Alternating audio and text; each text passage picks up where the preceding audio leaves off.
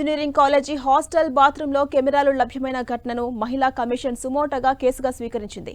ఈ ఘటనపై విచారణకు ఆదేశించింది. విద్యార్థులు తల్లిదండ్రులతో మహిళా కమిషన్ చైర్పర్సన్ నేరేళ్ల శారద ఫోన్లో మాట్లాడారు. సంఘటనపై వార్డెన్ ప్రీతి స్పందించిన తీరును చైర్పర్సన్ కు విద్యార్థులు వివరించారు.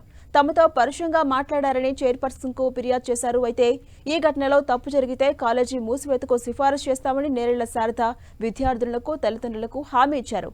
అలాగే వార్డెన్ ప్రీతిపై కూడా చర్యలు తీసుకుంటామని తెలిపారు. ఇక మరోవైపు సీఎంఆర్ ఉమెన్ కాలేజీని మహిళా కమిషన్ సెక్రటరీ పద్మజ రమణ సందర్శించారు. విద్యార్థులతో ప్రత్యేకంగా మాట్లాడారు. ఈ ఘటనపై మహిళా కమిషన్ చైర్పర్సన్ విచారణకు ఆదేశించారని విద్యార్థులకు తెలిపారు. విచారణ జరిపి నివేదిక సమర్పించాలని సైబరాబాద్ సిపి అవినాష్ మహంతికి సూచించారు. ఈ సందర్భంగా సీఎంఆర్ గర్ల్స్ కాలేజీలో జరిగిన ఘటనపై స్టూడెంట్స్ స్టేట్మెంట్ రికార్డ్ చేశామని తెలిపారు. పూర్తి వివరాలు ఉమెన్ కమిషన్ చైర్మన్ కి అందిస్తామని తెలిపారు. ఇప్పటికే సీఎంఆర్ కాలేజీ మేనేజ్మెంట్ కి నోటీసులు ఇచ్చామని చెప్పారు. స్టూడెంట్స్ కొన్ని అనుమానాలు వ్యక్తం చేశారని, ఏం జరిగిందో వాస్తవాలు తెలుసుకునే ప్రయత్నం చేస్తున్నామని తెలిపారు. ఏదైనా తేడా జరిగితే సీఎంఆర్ గర్ల్స్ కాలేజీ యాజమాన్యంపై సీరియస్ గా యాక్షన్ ఉంటుందని హెచ్చరించారు.